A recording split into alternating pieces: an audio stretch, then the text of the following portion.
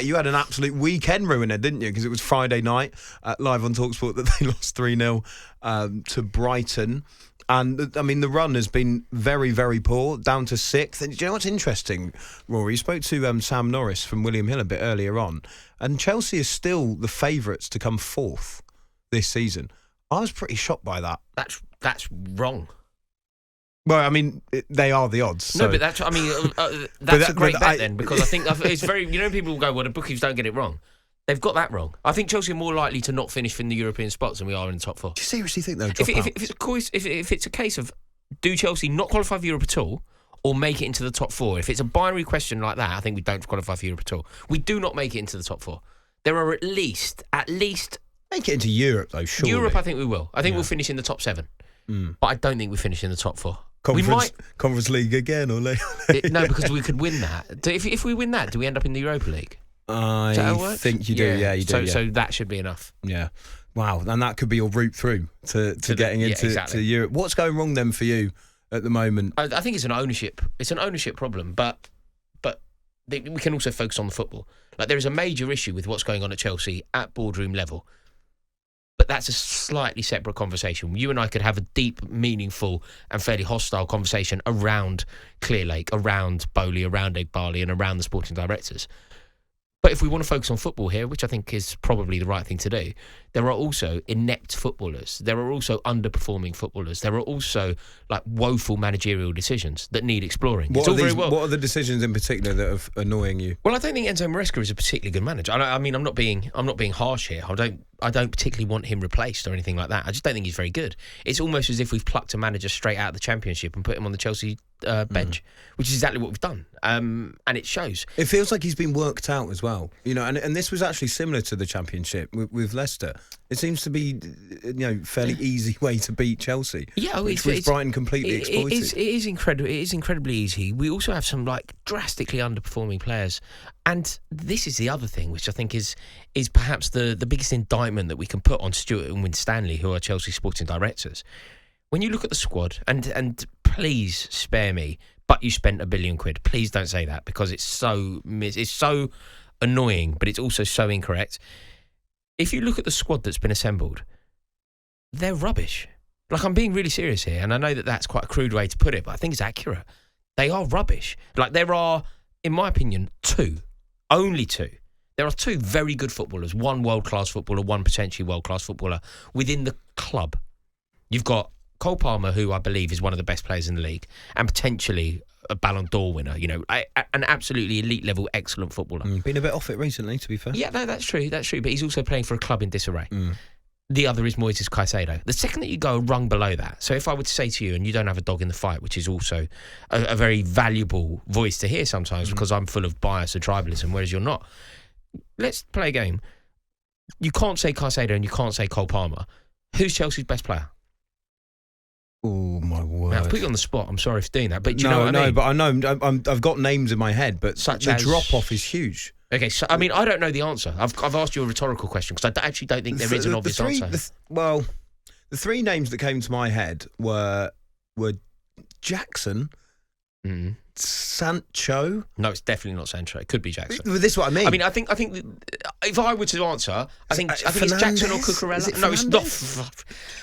No. You're right, though. The drop-off is huge. The drop-off is huge. And there isn't... That's the reason it took me so long to think of... I could think of players, but the drop-off from Caicedo and Palmer's quality is massive. Good, right? Any club that's good, you could almost name... when Chelsea were really good, we had a team full of international captains. Ashley Cole wasn't Chelsea captain. Frank Lampard wasn't Chelsea captain. Petr Cech wasn't Chelsea captain. That's the level. So you go, who are Chelsea's best players then? You go, you could ask 10 people, 10 people could say a different player, and all of them be correct. It would just be about perception. It'd be about favouritism. Whereas it's got to the stage now. Say you play the game at Liverpool. There's 3 of us in this room. I could ask 3 people. One could say Van Dijk. One could say Salah. One could say, I don't know, maybe Trent Alexander-Arnold. Somebody could say Gravenberch, for example. You could almost argue Luis Diaz at various points. Right? There are loads of examples. At Chelsea, they're 2 good footballers. And now we need to talk about the fact that we've spent £1 billion, which is what I find so annoying. Because when I start moaning about the squad, I find that I get this answer almost like as an automative. People go, but you spent £1 billion. I'm like, yeah, but we could have spent 10 billion. If we spent 10 billion And the best player that we bought, apart from the two that I mentioned, you've wasted money. You've just wasted money. So it doesn't matter how much you've spent. If you spent David Washington, 20 million. Mate, we spent a quarter of games. We spent more glaring, in my opinion. We spent £250 million £250 million on two midfielders who can't play together. Like Enzo Fernandez, I don't rate him. I don't like him. I don't think he's very good. He can't play with Caicedo. When Chelsea were good towards the end of last season, it was Caicedo and Gallagher. When Chelsea have been good this season, it's been Caicedo and Lavia. Like Caicedo and Fernandes doesn't work. So why are you spending $250 million? Then people go and you look at our back line. Like our back line is so bad. Like Levi Colwill, I don't know why, and maybe you can shed some light on this, Ollie. Levi Colwill was seen and held in quite high regard when I hear people who don't support Chelsea talking about. Some people who do support Chelsea. But I think Levi Colwill is so average. So average. I think he could be good. I think he's quite young still. I think he's got room to improve. That's true, but that's a bit of a cop-out, Clink, because what you're not doing is dealing with is he a good player today? That's the relevance. Yeah, in the short term, like I say, he could improve. Will Colwill be a good player in 5 years' time? Maybe, but it doesn't really matter about that now. Like he's just not good enough to play for Chelsea. And somehow people see him as being our best centre half. He probably is your best centre half, though, isn't he? Let's be honest. I would argue Trevor Chalobah is better than him. Yeah, since he's. And obviously we've been a bit unlucky with injuries, but I guarantee you this: the fact that we've spent so much money on we've spent a lot of money on the centre half position. Axel Disasi was signed and is now gone. Benoit Badiashile was signed and is one of the worst centre halves Chelsea have ever had.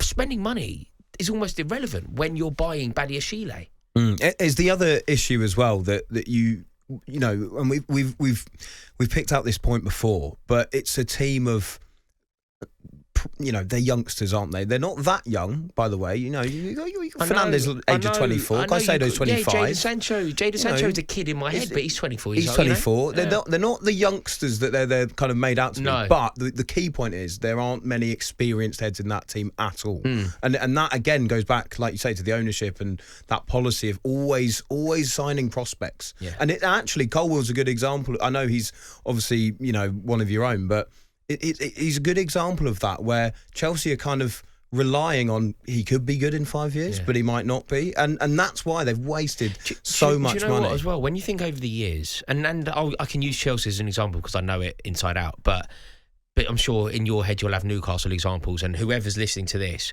will have examples for their club.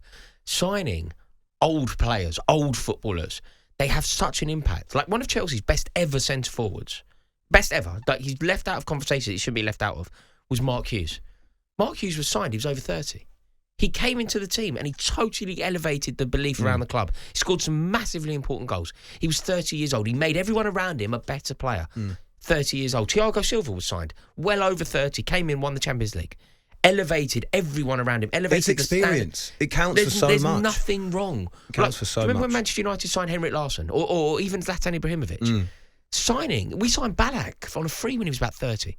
Like bringing in old, experienced players for the here and now is so valuable. Yeah. But this process, this club, they just won't do it. Yeah, they're obsessed with that idea of potential, sell on value as well.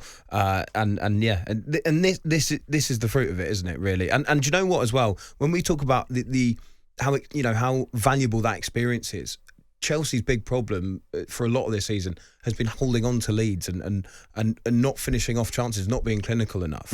You feel that an experienced head in those situations would have helped them with that completely. And yeah, you've got a group of players who haven't been through that. You've got one injury to Nicholas Jackson, and suddenly we're talking about playing an 18-year-old Spanish kid, Mark Gu, up front. He's played 3 Premier League games, scored 0 goals. Scored a couple of goals against Shamrock in the, play Conference Leagues player.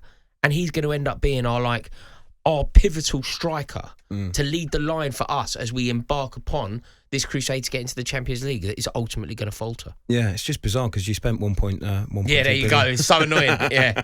On AM, on DAB, via the talkSPORT app and on your smart speaker. talkSPORT.